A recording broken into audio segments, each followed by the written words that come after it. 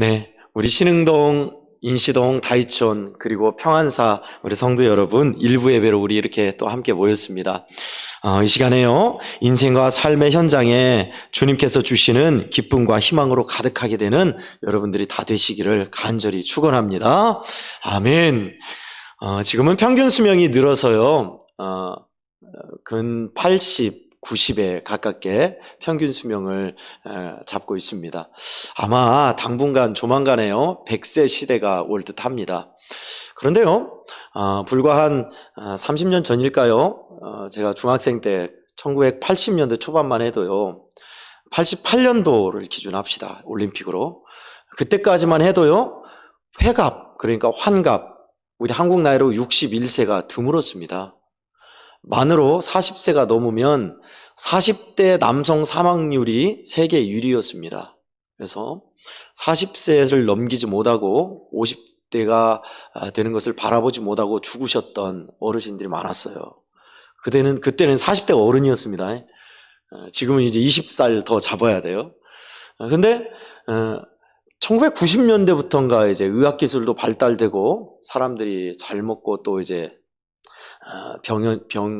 의료보험 체계가 발달되다 보니 수명이 점점 늘어서 회갑은 기본이고 칠순이 이제 많아졌고, 지금은 칠순도 기본입니다. 8순 넘은 것도 기본이고요, 9순을 바라보고 있습니다. 아마 당분간 이제 100세 시대가 열릴 겁니다. 그래서일까요? 우리가 장수한다는 그 축복을 오늘날은 그렇게 큰 축복으로 안 여겨지는 것 같아요. 근데요, 제가 중학생 때 제 선친이 돌아가신 아버지가 회갑이셨습니다. 회갑이셨는데 그때는 환갑 잔치가 드물었어요. 그래서 회갑이면 큰 잔치였습니다. 그래서 지금처럼 뭐 뷔페가 있고 어디 홀을 빌려서 그런 거 없고요, 무조건 마을에서 천막 치고 동네 어른들이 모여가지고 또 아주머니들이 음식을 하면서 잔치였어요. 말 그대로 잔치. 잔치라는 의미를 요즘 젊은이들은 모를 겁니다. 그래서 동네에서 천막을 치고 일단 풍악을 울려요. 장구 치고 북치고 놀고, 귀한 음식과 뭐 술 기본이고요. 하루 종일 밤 늦게까지 그렇게 가라오케로 노래 부르고 웃고 떠들고 농담하고 하면서 지냈던 것이 회갑잔치였습니다. 잔치라는 의미를 우리 젊은이들과 학생들이 알았으면 참 좋을 텐데, 참 어쩌면 비극인 것 같아요. 그런데 고대는 오죽했겠어요. 고대, 지금부터 한 1000년 전, 2000년 전은 그 잔치가 대단했겠죠. 왜요? 지금이야 있는 상황에서 이것저것 하고 하지만 옛날에는 없는 상황에서 잔치를 벌이려면 엄청나게 준비를 하고 큰 일이었을 겁니다. 기쁨 자체였고요. 그런 잔치를 염두에 두고 오늘 말씀을 보면 좋을 것 같습니다. 왕의 잔치입니다. 여러분, 보통 시골에서, 저희 집도 가난했습니다만 가난한 농부가 여는 회갑잔치도 대단했습니다. 근데 왕이 연 잔치예요. 왕이 누구를 위해서요? 왕자의 혼인잔치입니다. 얼마나 큰 잔치예요? 그래서 특별히 초청하는 사람들이 있었습니다. VVIP입니다. 오늘 식으로 이야기하면 매우 귀중한 사람들에게 종들을 직접 보냈습니다. 서신으로 보낸 게 아니라 종들을 직접 보내서 왕이 잔치를 열었으니 언제까지 잔치에 오시기 바랍니다 라고 왕께서 보냈습니다 라고 얘기하는데, 웬걸요? 의외의 반응입니다. 그 사람들이 나는 장사하러 가야 하니까, 나는 소를 샀으니까, 나는 아들을 장가 보내야 하니까 못 가겠다고 전해라 라고 한 거예요. 누구의 초청이죠? 왕의 초청입니다. 왕이 초청한 자리예요. 그런데 자기 일 때문에 못 가겠다고 한 겁니다. 심지어 그래도 제발 오시는 것이 좋을 것 같다고 전하는 종들을 비웃고 능욕하고 죽여버립니다. 그러면 왕이 어떻게 해야 할까요? 왕을 능멸한 거잖아요. 군대를 보내서 진멸하리라. 그것이 전반부의 내용입니다. 우리가 읽지 않았어요? 전반부의 내용이 그거예요. 전반부의 교훈이 뭘까요? 그러면 당연하죠. 말 그대로입니다. 왕의 초청에 응해야 한다라는 겁니다. 여기서 말하는 왕은 누구냐면 하나님이세요. 하나님께서 우리를, 믿음의 사람들을 말씀하셔서 믿음의 자리로 부르시는 겁니다. 예배의 자리, 기도의 자리, 찬송의 자리, 순종의 자리로 부르시는 거예요. 그런데 우리는 그것을 싫어라 하고 괴로워라 합니다. 안 가겠다 하는 거예요. 돈 좀 벌어야 하는데 이번에 장사 안 하면 100만 원 손해예요. 지금 예배가 문제가 아닙니다. 라고 돈 벌러 가고, 이번에 제대로 차를 샀는데 드라이브 한번 하면서 시운전을 해야 합니다. 하고 드라이브 하러 가고, 오늘만 날입니까? 다음 주 예배 드릴게요. 비대면입니다. 하면서 여행을 가고, 어쩌면 오늘 가고 똑같은지 몰라요. 누가 초청했죠? 왕이 초청한 자리입니다. 성경에서 왕이지만 우리의 생사화복을 주관하시는 분이 초청하신 자리입니다. 그러니 우리가 있는 믿음의 자리가 얼마나 귀한지 알겠지요. 또 하나님께서 우리를 초청하신다는 것이 얼마나 귀한 축복인 줄 우리는 알 수 있습니다. 그런데 여러분, 왜 우리는 하나님의 초청의 자리를 싫어라 하고 하찮게 여기고 또는 괴로워할까요? 그것은 하나님의 뜻을 모르기 때문에 그렇습니다. 하나님이 원하는 초청은 뭐였죠? 오늘 본문에서 잔치집으로 초청하는 거잖아요. 상갓집 아닙니다. 초상집 아니에요.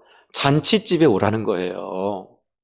기쁨을 주겠다. 만난 거 주겠다. 소를 잡고 살진 양을 잡았다. 오라는 거예요. 그냥 오라는 겁니다. 그런데 가지 않아요, 사람들은. 여러분, 정말 부르심에 응답하는 것이 축복입니다. 저와 우리 한국교회 성도들은요, 하나님의 부르심에 기꺼이 감사히 응답하는 여러분들 되시기를 축원합니다. 아멘. 근데 제가 하나님의 부르심이 어떤 건가를 한번 생각해 봤습니다. 기도의 자리로 부르실 때, 어쩌면 그렇게 기도하는 자리, 끌려가는 도살장에 끌려가는 양 마냥, 아이고 기도하기 싫은데, 또 우리 학생들 그러죠. 좀 더 자야 하는데 왜 또 아침부터 깨워가지고 또 가기 싫은 교회 가라고, 그냥 비대면으로 하면 누워서 그냥 유튜브 켜놓고 보는데 왜 나를 이렇게 괴롭혀? 라고 할 수도 있죠. 헌신의 자리, 하나님께서 허락하신 믿음의 자리, 땀 흘리는 자리, 여러분 그 자리가 바로 왕이 초청한 은혜의 잔치 자리입니다. 근데 우리는 싫어해요. 가기를 싫어해요. 뭔 잔치가 그래요. 잔치가 힘들고 재미도 없고. 사실은 그렇지 않습니다. 은혜를 받아야 진짜 잔치가 되는 것이죠. 하나님은 우리를 부르십니다. 문 두드리세요. 오늘도 볼지어다 하셨습니다. 내가 지켜보겠다. 너의 마음 문을 두드릴 텐데 문을 열고 나를 맞으면 내가 너와 더불어 먹고 함께 할 것이다. 요한계시록 3장 20절 말씀입니다. 볼지어다 내가 문 밖에 서서 두드리노니 누구든지 내 음성을 듣고 문을 열면 내가 그에게로 들어가 그와 더불어 먹고 그는 나와 더불어 먹으리라. 아멘. 두드리시는 거예요. 두드리시는 주님. 괴로워하는 사람들, 예배가 짐이 된 사람들, 십자가가 무거운 사람들이라면 이 찬송 한번 배워볼 것을 저는 권해드립니다. 김석균 목사님의 지금껏 내가 한 일이라는 찬양곡입니다. 1절만 제가 불러드리고 2절, 3절은 가사로 알려드리겠습니다. 지금껏 내가 한 일이 주를 위한 일이었는지 지나간 세월 돌이켜 주님 앞에 아뢰미라. 이 한 몸 주를 위하여 목숨 버린다 했으나 주의 영광 뒤로 하고 나의 자랑 앞세웠으니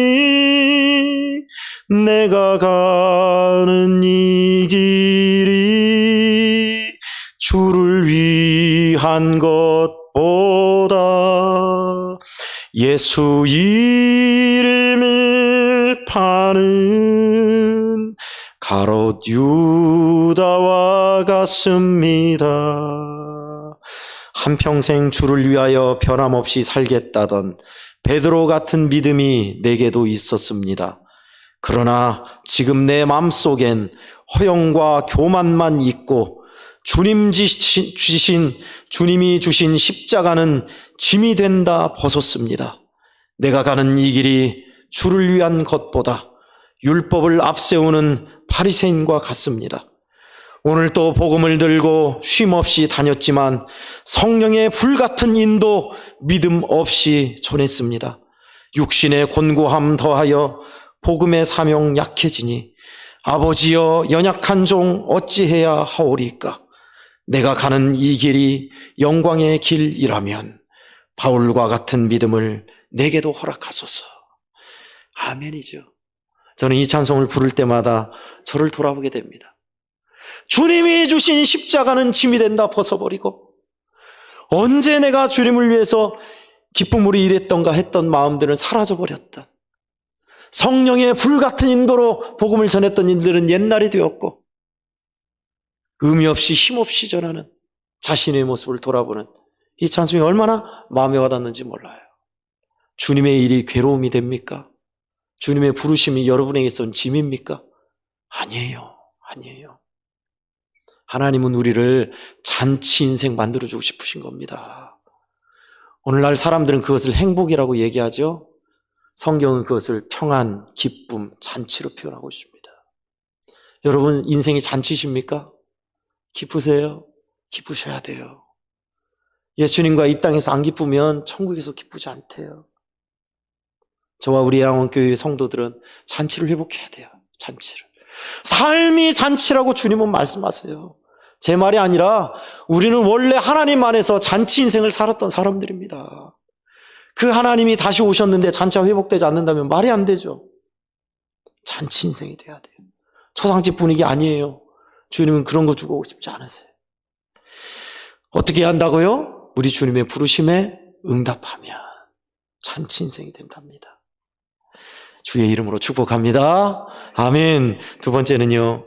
그 잔치 인생에 이제 우리가 봤던 손님들을 누구나 초대해라 해서 다 불러왔어요. 불러왔는데 고대 근동의 큰 자리의 손님들은요. 그 잔치를 빛내고 귀중히 여길수록요. 사람들의 빈부 귀천 신분의 높고 낮음을 따지지를 않았습니다. 그 표시로 예복을 입혔습니다. 우리식으로 이야기해 볼까요? 우리식으로 설명하자면 교복처럼 똑같이 아주 좋은 옷을 입힌 거예요. 어디에 잔치에 오는 사람들에게요. 잔치에 오는 사람들마다 종들이 이 옷을 입으시죠 하고 아주 좋은 비단옷같이 좋은 옷을 입게 했습니다. 왜 그러죠? 저 사람은 농부야, 저 사람은 가난한 사람이야, 저 사람 잘 사는 사람이냐 하는 귀천이 없도록 만들어서 모두가 다 행복하게 즐기기 위한 방법이었습니다. 참 현명하죠. 왕의 잔치니 오죽했겠어요? 지금도요, 영국 왕실의 엘리자베스 여왕이 입는 옷은 최고급 옷입니다. 우리나라의 사장들, 회장들도 입기 힘든 옷이에요. 지금도 왕실의 옷은 그렇습니다. 하물며 고대의 왕이 잔치한 배설에 입을 예복이 허름했겠습니까? 아닙니다. 최고의 옷입니다. 예복을 다 입게 했습니다. 그런데 어쩐 일인지 왕의 잔치에 참여했는데 예복을 안 입은 사람이 눈에 띄어요. 왕이 가서 손님이 누가 왔는가 봤는데 예복을 안 입은 사람이 있어요. 묻습니다. 친구여, 어찌 예복을 안 입었는가? 왕의 무릎은 특별한 사정이 있겠거냐고 물었는데 대답을 안 해요. 왜 안 했을 것 같아요? 그야 물론 나는 이런 사람입니다 라고 자기를 나타냈기 때문에 대답을 못한 겁니다. 예복을 안 입은 사람이 허름한 옷을 입었기에 예복을 안 입었을까요? 절대 아니죠. 아주 좋은 옷을 입은 사람이었을 겁니다. 그리고 나는 이런 내골에 있는 하찮은 사람하고 달라라는 자기 과시 있었겠죠. 그러니 왕이 물은 겁니다. 왜 예복을 안 입었는가? 그 말은 뭐예요? 예복을 안 입는다는 것은 왕의 잔치자리를 나는 여기에 어울리지 않는 사람이다. 이 사람들과 어울릴 수 없는 사람이다. 나는 이런 사람이다라는 자기 과시입니다. 왕의 잔치에 자리를 빛낼 수 없고 또 왕의 명을 항명한 사람이죠. 그러니 왕이 용납할 수 없어서 종들에게 끌어내라, 밖으로 내치라라고 했던 겁니다. 그 배경이 있는 거예요. 여러분, 두 번째로 우리는 예복을 입어야 하는데 그것을 달리 표현하고 싶습니다. 예수 그리스도의 은혜를 입고 살아야 한다라고 말씀드리고 싶습니다. 예수 그리스도의 은혜를 입은 사람, 저와 여러분은요, 가장 최고의 옷을 하나님이 입혀주셔요. 그것은 이 세상에서 값진 아주 최고로 된 재료의 옷이, 그런 물리적인 옷이 아니라, 섬유가 아니라 우리 영혼의 죄악과 추한 것을 덮고 복되게 해주는 예수 그리스도의 옷 말입니다. 왕의 잔치는 아들의 혼인잔치예요. 어떤 아들입니까? 예수 그리스도. 그분과 함께 기뻐하며 그분의 은혜를 노래하는 자리가 잔치예요. 그런데 그것을 거부하고 그것이 기쁘지 않다면 잔치석에 어울리지 않는 사람이지요. 오늘날도요, 교회에 많은 이들이 왕의 초청을 받고 왔습니다. 그런데요, 예복을 안 입는 사람이 대반입니다. 오늘 끝절 말씀, 그걸 말하고 있습니다. 청함을 바른 사람은 많으나 택함을 바른 사람은 적도다 하신 겁니다. 어떤 사람이 택함 바른 사람이에요? 예수님으로 은혜로 옷 입고 사는 사람이요. 주님의 은혜지. 내가 이렇게 된 것, 지금까지 살아온 것, 내 자식, 내 손자, 하나님의 은혜였지. 주님이 도와주셔서 여기까지 살았지.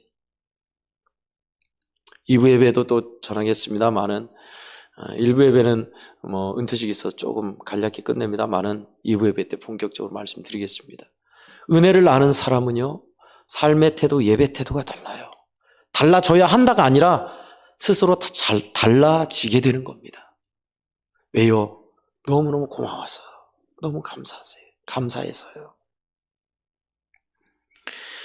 황해도 은율이라는 데는 북한의 지역인데요. 은율교회가 있는데 일제시대 때 아주 거부였던 이찬영 장로님이 섬겼던 교회입니다. 이찬영 장로님은 처음부터 거부가 아니라 홀어머니를 모시고 사는 아주 극빈한 가난한 청년이었습니다. 근데 그 가난한 이찬영이라는 청년이 언더우드 선교사님의 복음을 듣고 예수를 믿기 시작했습니다. 교회에 와서 하나님 말씀을 듣고 11조가 뭔지 배운 거예요. 장사해서 번 돈의 10분의 1을 남겨둬서 하나님께 바치는 거구나. 그걸 배웠어요. 그래서 열심히 일하면서 11조를 시작합니다. 하나님이 놀랍게 축복해 주십니다. 남의 집 허드렛 일하고 종살이하고 막 거친 일을 했는데 11조를 모으면서 하나님께 드렸더니 점점점 하나님이 부를 축적하게 해주셨어요. 그래서 황무지 같은 안 좋은 땅을 하나 둘 사다 보니 점점 늘어나게 됐고요.